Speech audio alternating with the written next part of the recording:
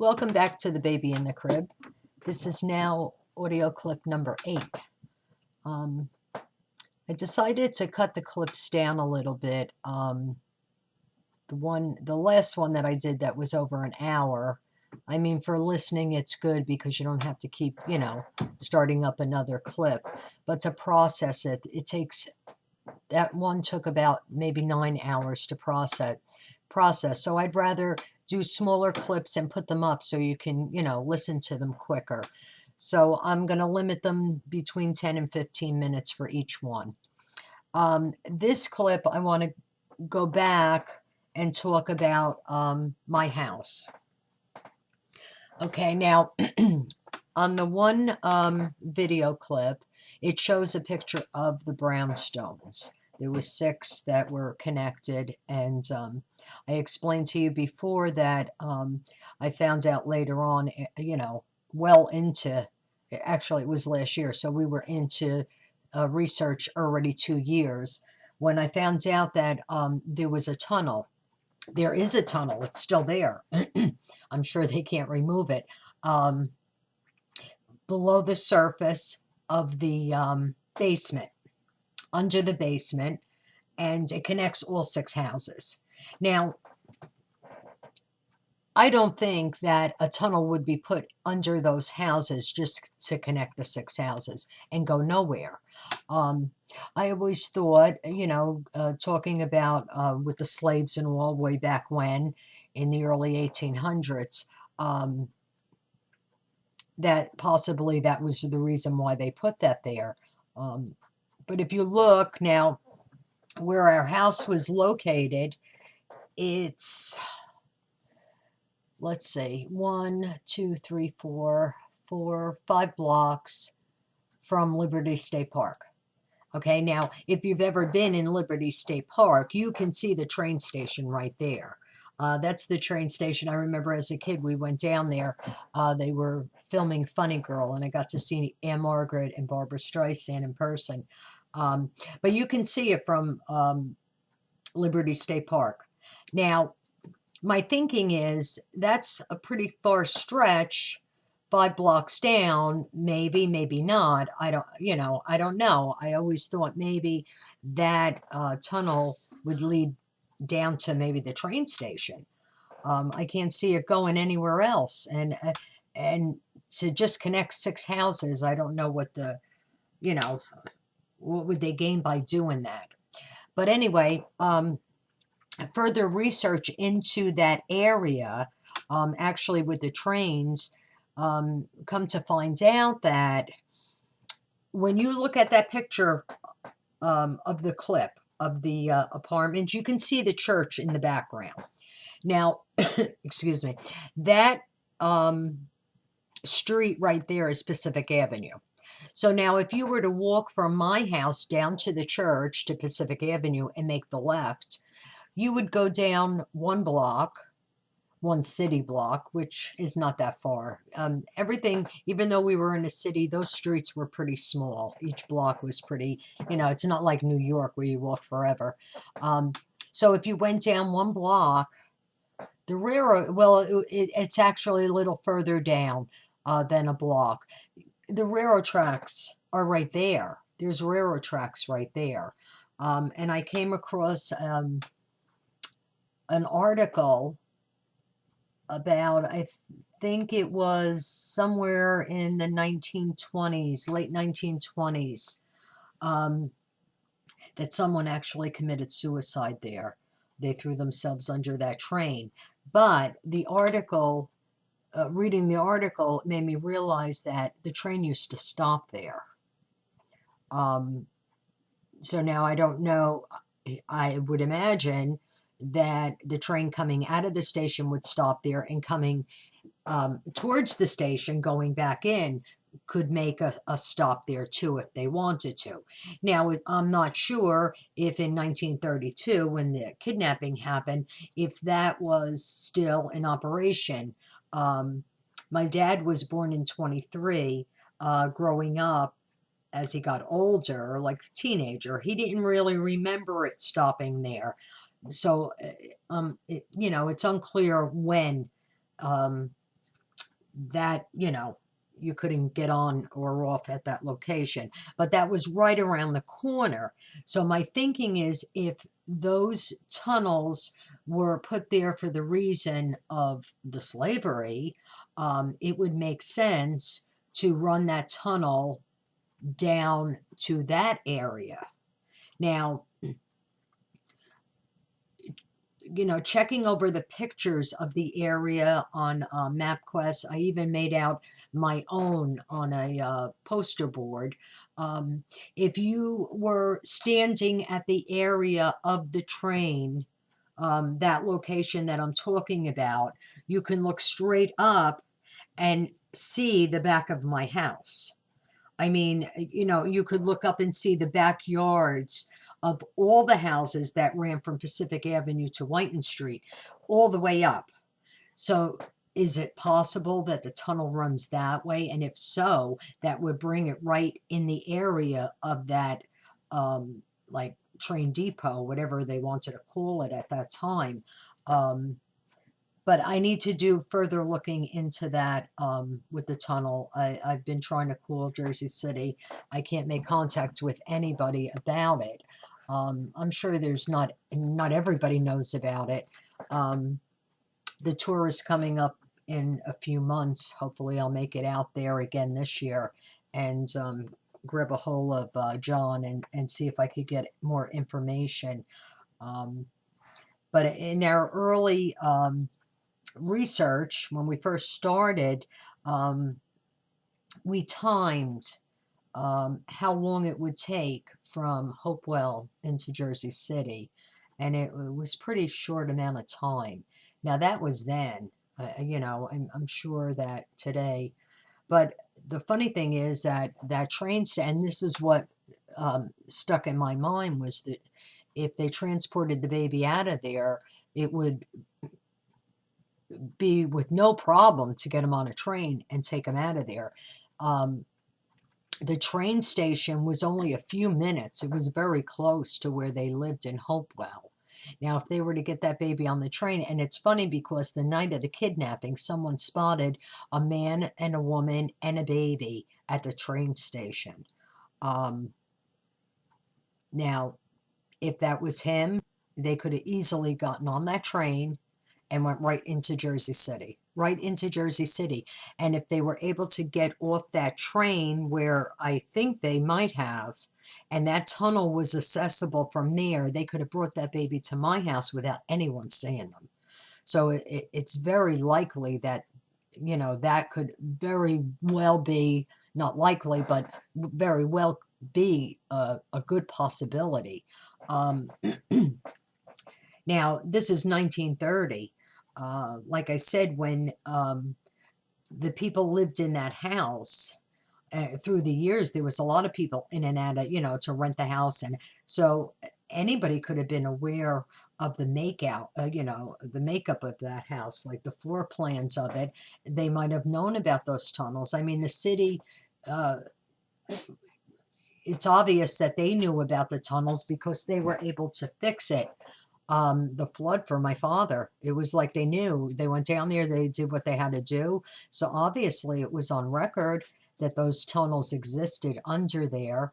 I'm sure way back then, they built it in the 1900s. The people that lived there, the first family that moved in there, even the doctor that lived there, he moved in early on. He lived in the area. And I'm going to get back to him because I have a little bit more to talk about him. He lived in the area. He had his family lived there. Actually, they lived down in the area of the train station where I'm talking about, down on Pacific Avenue. He had a few locations on Pacific, not a few locations, but I think 2 locations before he actually moved to where I lived.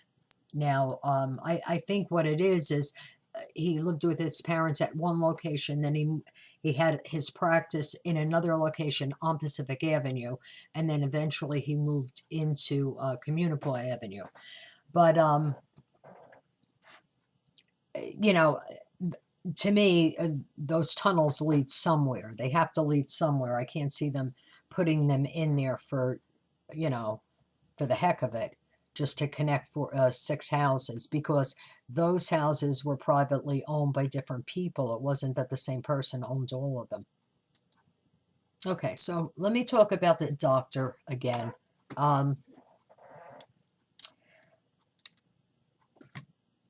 When I realized that there was a doctor that lived in that building, I'm sure I'm repeating myself.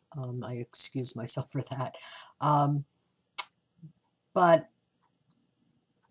when I realized there was a doctor that lived in there, I thought to myself, could that have been a reason why they would bring the child there? You know, all along, I've always thought to myself, like, out of everywhere, why would they bring the child there? You know, why would they pick that area, if anything?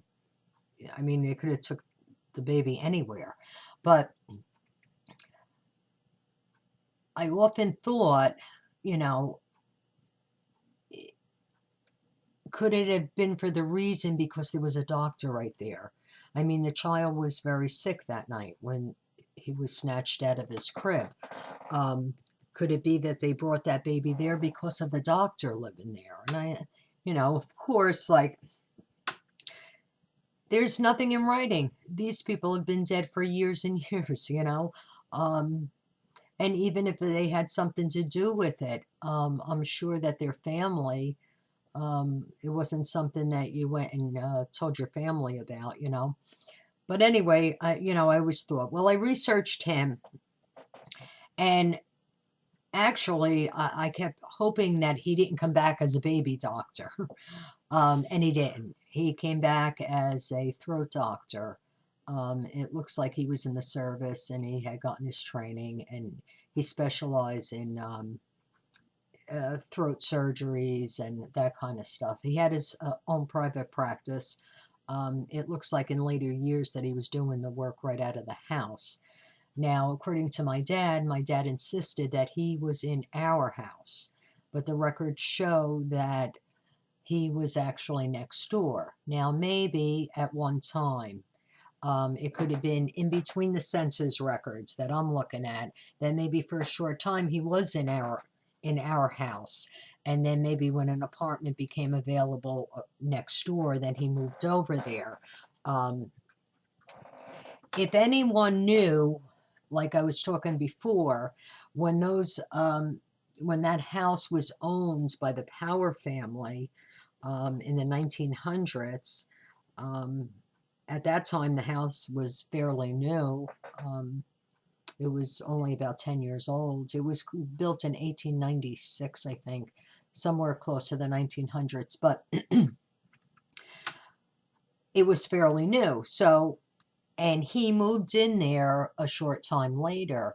Now they had both buildings. They owned both buildings, and if you look at the picture of the building, in order to get from one to the other, you have to come down all those concrete steps and walk over and then walk up all those concrete steps. So I would think that it's fair to assume that inside the house, it was connected where you could come in and out on both sides. Being that the doctor moved in there in such such an early time, he might have been aware of that. He could have very well known, maybe it was still like that when he moved in there, where he could just go into the next house. And now the thing is, though, the way the apartments are, if that was to be so, you wouldn't be walking into a hallway, because the hallways were to the left side. So if they were opened, if they connected through doorways, you would actually be walking from one room into another. So I don't know, unless maybe they rented him maybe the bottom floor, and he occupied both sides at that time. It's not known exactly where he was. It shows the address as being next door, but who knows. And I did more research on him. For some reason, I just, in the back of my mind kept thinking, well, I'm convinced at this point, I was convinced that the baby was definitely in that house. And it could be very well have been because there's a doctor available right there. And whoever was familiar with the layout of the house, they might have known that they had easy access to that house. Now, I searched him, and there's not much on him. It doesn't look like he was ever married. He had no children. He lived most of his years with his sister. She wasn't married. She didn't have any children. In the early years, it was the two of them, and they had a housekeeper. He shows as living in our house in 1920. He actually is there a long time. The 1940 census show him still there. But I did a family tree on him to see. He comes from a family of doctors. There's a lot of doctors in that family. The one address that he came back to, like I said, and this was actually this finding, I must have seen it in the early part of the research, and it just never, clicked because I wasn't aware of the tunnels at that time. But it showed that he was down in that area of where the train tracks were. And there was another doctor that lived there also. I believe his last name, I don't remember the first name. The last name was Mortimer. He had a lot to do with the Jersey City Medical Center. He was like one of their top guys there. Actually, he ran, he was like the head of the doctors. He lived in that area. Now, it's unclear if Daniel also worked out of the Jersey City Medical Center as a doctor. He might have, even though he had the practice at the house. He could have very well, I'm sure he had patients that were in the hospital at times.